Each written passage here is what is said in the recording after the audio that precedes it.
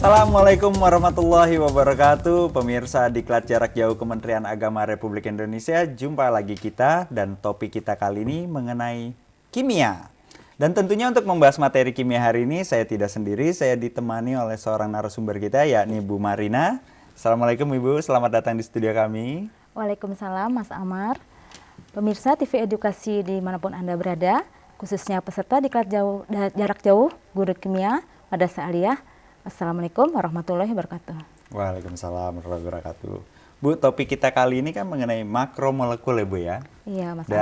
Dan khususnya untuk topik hari ini kita membahas 3 jenis dari makromolekul tersebut. Ya, betul. Yakni ada polimer, karbohidrat, dan protein ini Bu ya? Ya.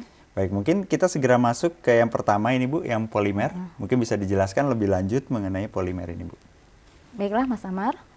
Polimer ini sendiri merupakan suatu makromolekul atau molekul raksasa yang tersusun dari monomer-monomer yang tersusun secara berulang dengan melalui ikatan kimia. Kemudian polimer ini, Mas Amar, dia sudah banyak disintesis. Oke, ya. ada apa aja ini Bu? Ya, jadi polimer ini banyak digunakan untuk barang-barang kehidupan kita sehari-hari, seperti untuk perabot rumah tangga. Ya, ada yang terbuat dari plastik, dari teflon, styrofoam untuk membungkus, ya, membungkus makanan dari teflon. Ya, terus kemudian juga ada untuk membuat ban motor dari polimer SBR, ya. Terus masih banyak lagi barang-barang yang dibuat dari polimer sintesis, gitu Mas Amar. Tentunya ternyata dalam kehidupan sehari-hari plastik itu yang seperti kita ketahui plastik itu terbuat dari polimer ya. Iya betul. Styrofoam seperti itu Bu, banyak ya. Styrofoam, iya. Dan kalau dilihat dari strukturnya Bu, kalau dilihat dari strukturnya polimer terdiri dari apa saja itu Bu? Iya.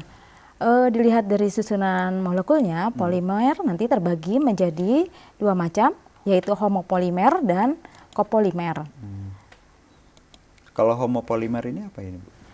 Ya, homopolimer di sini adalah polimer yang tersusun dari satu macam monomer. Baik. Contohnya di sini adalah vinyl klorida. Baik.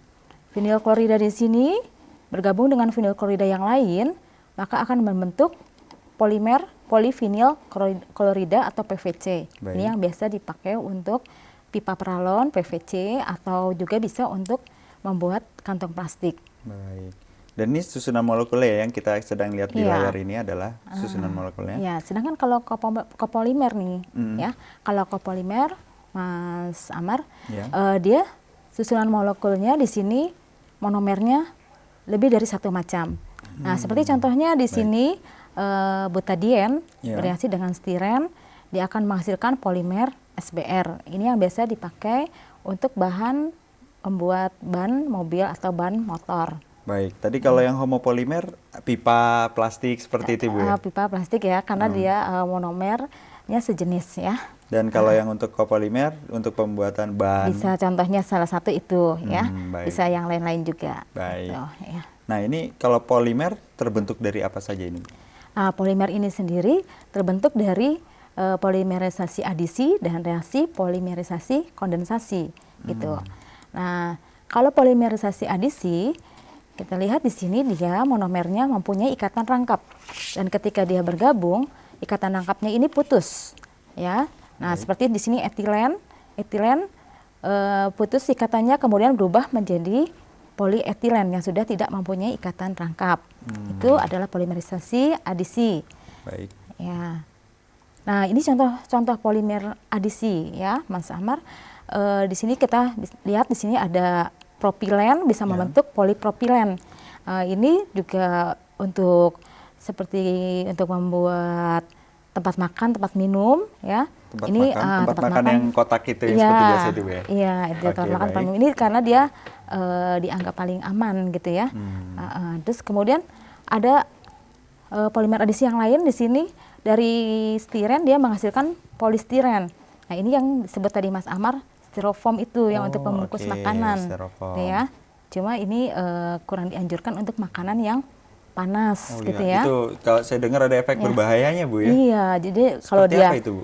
Kalau efek berbahayanya di sini kalau dia dipakai untuk makanan yang panas, gitu ya, dia bisa mengeluarkan monomer-monomer stiren yang tentunya bisa mengganggu kesehatan, gitu ya. Dia bersifat karsinogen atau penyebab kanker. Baik, Di sini ada lagi nih, ya, ada lagi polimer yang lain yaitu polivinil klorida yang dipakai untuk kantong plastik. Oke. Ini juga susah diuraikan ini Bu ya? Ya, ini juga sama ya, bersifat karsinogen juga. Jadi kalau misalnya dia dipakai untuk tempat makanan, apalagi makanannya itu panas, itu juga bahaya karena PVC ini juga karsinogen dan bisa menyebabkan penyakit-penyakit yang lain gitu ya.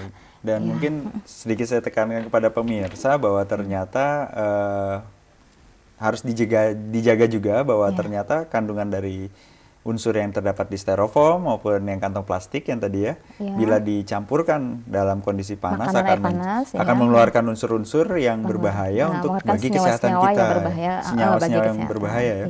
Jadi para pemirsa di rumah tolong dikurangi, diminimalisir penggunaan dalam kondisi panas dalam menggunakan styrofoam maupun kantong plastik ya Bu ya.